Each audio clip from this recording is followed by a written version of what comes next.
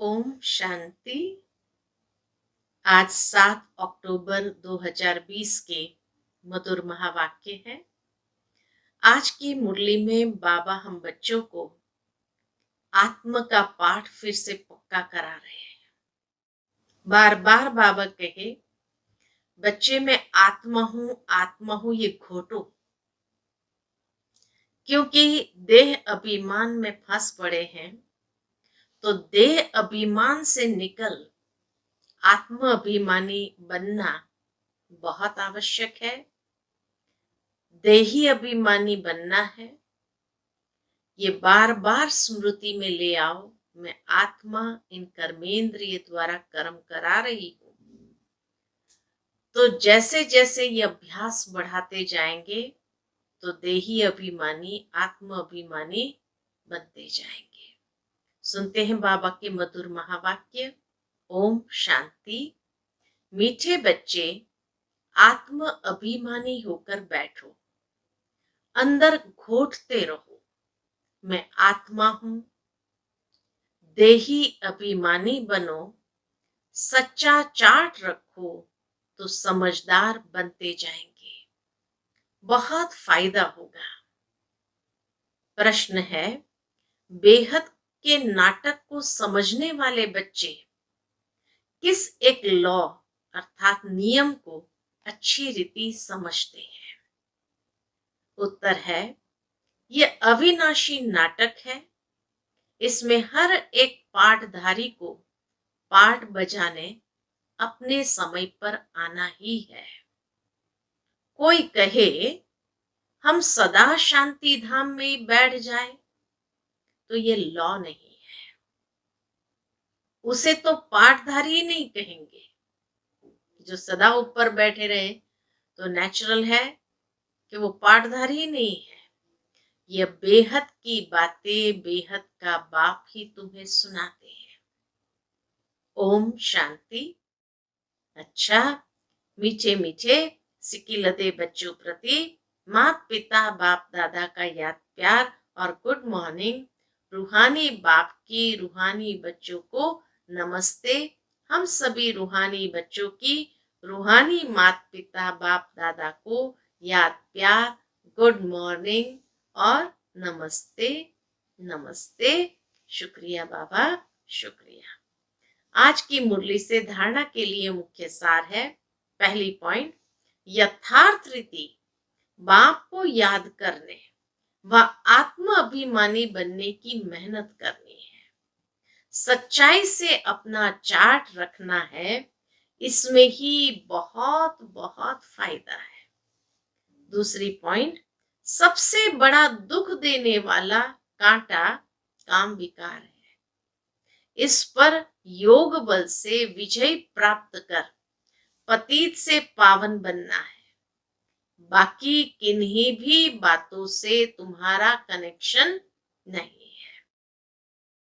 आज की मुरली का मीठा वरदान है, विघ्न प्रूफ। चमकीली फरिश्ता ड्रेस धारण करने वाले सदा विघ्न विनाशक भव। विघ्न प्रूफ चमकीली फरिश्ता ड्रेस धारण करने वाले सदा विघ्न विनाशक भव। स्व के प्रति और सर्व के प्रति सदा विघ्न विनाशक बनने के लिए क्वेश्चन मार्क को विदाई देना और फुल स्टॉप द्वारा सर्व शक्तियों का फुल स्टॉप करना। सदा विघ्न प्रूफ चमकीली फरिश्ता ड्रेस पहनकर रखना, मिट्टी की ड्रेस नहीं पहनना। साथ साथ सर्व गुणों के गहनों से सजे रहना।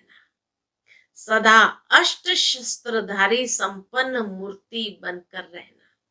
सदा अष्ट शक्ति शस्त्रधारी संपन्न मूर्ति बनकर रहना और कमल पुष्प के आसन पर अपने श्रेष्ठ जीवन के पांव रखना। आज का स्लोगन है, अभ्यास पर पूरा पूरा अटेंशन दो तो फर्स्ट डिवीजन में अर्थात फर्स्ट नंबर में आ जाएंगे। फिर मातेश्वरी जी के अनमोल महावाक्य सुनते हैं। ये ईश्वरीय नॉलेज सर्व मनुष्य आत्माओं के लिए है।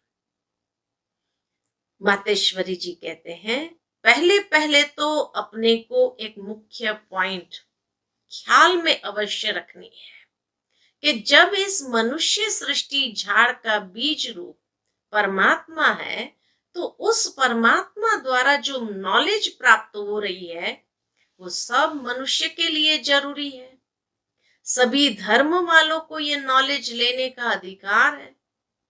भल हर एक धर्म की नॉलेज अपनी अपनी है, हर एक का शास्त्र अपना अपना है, हर एक की मत अपनी अपनी है, हर एक का संस्कार अपना अपना है, लेकिन यह नॉलेज सबके लिए है। भले अलग अलग धर्म से, अलग अलग मतों से, अलग अलग शास्त्रों से, अलग अलग संस्कार वाले होने के बाद भी बाबा कहे यह नॉलेज सबके लिए है।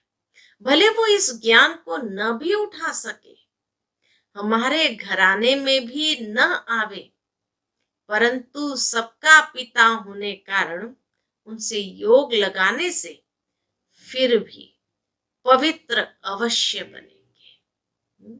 देखो कितने बाबा ने गहरी बात कही कि भले वो ज्ञान न उठाए, हमारे घराने में न आवे, परंतु सबका पिता होने कारण उनसे योग लगाने से फिर भी पवित्र अवश्य बनेंगे। इस पवित्रता के कारण अपना ही सेक्शन में, अपने ही सेक्शन में पद अवश्य पाएंगे, क्योंकि योग को तो सभी मनुष्य मानते हैं। बहुत मनुष्य ऐसे कहते हैं हमें भी मुक्ति चाहिए, मगर सजाओं से छूट मुक्त होने की शक्ति भी इस योग द्वारा मिल सकती है। फिर मम्मा ने समझाया, अजपा जाप अर्थात निरंतर ईश्वरीय याद। यह जो कहावत है, श्वासों श्वास अजपा जाप जपते रहो, उसका यथार्थ अर्थ क्या है?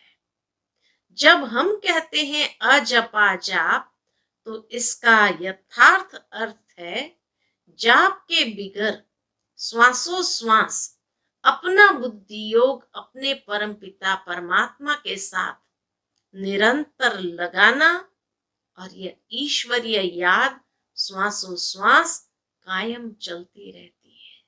हम बाबा कहे अजपा जाप का मतलब श्वासों श्वास बुद्धि योग परमपिता परमात्मा के साथ निरंतर लगा रहना चाहिए। तो अपने परमपिता परमात्मा के साथ निरंतर लगाना, और यह ईश्वरीय याद श्वासों श्वास कायम चलती आती है। उस निरंतर ईश्वरीय याद को अजपा जाप कहते हैं। बाकी कोई मुख से जाप जपना अर्थात राम राम कहना, अंदर में कोई मंत्र उच्चारण करना, यह तो निरंतर चल नहीं सकता। वो लोग समझते हैं हम मुख से मंत्र उच्चारण नहीं करते, लेकिन दिल में उच्चारण करना, यह है अजपा जाप। परंतु यह तो सहज एक विचार की बात है, जहां अपना शब्द ही अजपा जाप है, जिसको जपने की भी जरूरत नहीं, माना वो निरंतर अंदर में चलते रहना चाहिए। आंतरिक बैठ कोई मूर्ति का ध्यान भी नहीं करना है, न कुछ सिमरण करना है, क्योंकि वो भी निरंतर खाते पीते रह नहीं सकेंगे। लेकिन हम जो ईश्वरीय याद करते हैं वही निरंतर चल सकती है, क्योंकि ये बहुत सहज है। जैसे समझो बच्चा है, मिसाल देते हैं, मम्मा मिसाल देती, जैसे समझो बच्चा है, अपने बाप को याद करता है, तो उसी समय बाप का फोटो सामने नहीं लाना पड़ता है, लेकिन मनसा वाचा कर्मणा बाप के सारे ऑक्यूपेशन एक्टिविटी गुणों सहित याद आता है। बस संपूर्ण रीति से बाबा की याद आती है। सिर्फ उसका फोटो सामने नहीं आता है, लेकिन मनसा वाचा कर्मणा बाप के सारे ऑक्यूपेशन, एक्टिविटी, गुणों सहित याद आता है। बस वह याद आने से बच्चे की भी वो एक्ट चलती है, तब ही सन शोज फादर करेंगे। वैसे अपने को भी और सबकी याद दिल भीतर से मिटाए उस एक ही असली पारलौकिक परमपिता परमात्मा की याद में रहना है।